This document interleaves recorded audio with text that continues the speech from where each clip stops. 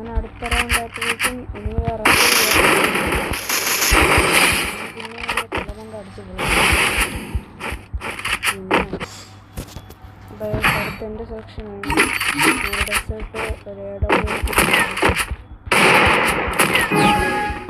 മൂന്നാമത്തെ round സ്റ്റാർട്ടായിട്ടുണ്ട്. Enemy കണ്ടില്ല.